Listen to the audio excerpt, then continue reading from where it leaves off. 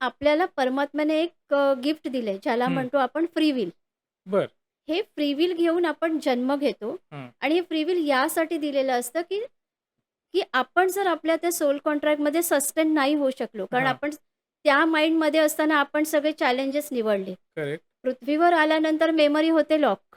हां. इथे फक्त कॉन्शियस माइंड काम करू लागतं आपलं.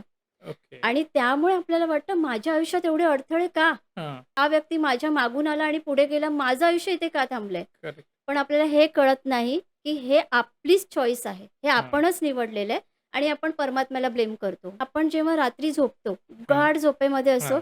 तेव्हा आपली ॲस्ट्रल बॉडी, आपला सोल त्या स्पिरिट वर्ल्डला भेट देत असतो. ओके. भेट देत असतो आणि तिथे त्याला असं वाटलं, की बाबा या कॉन्ट्रॅक्टमध्ये मी सस्टेन नाही होऊ शकत आहे. हं.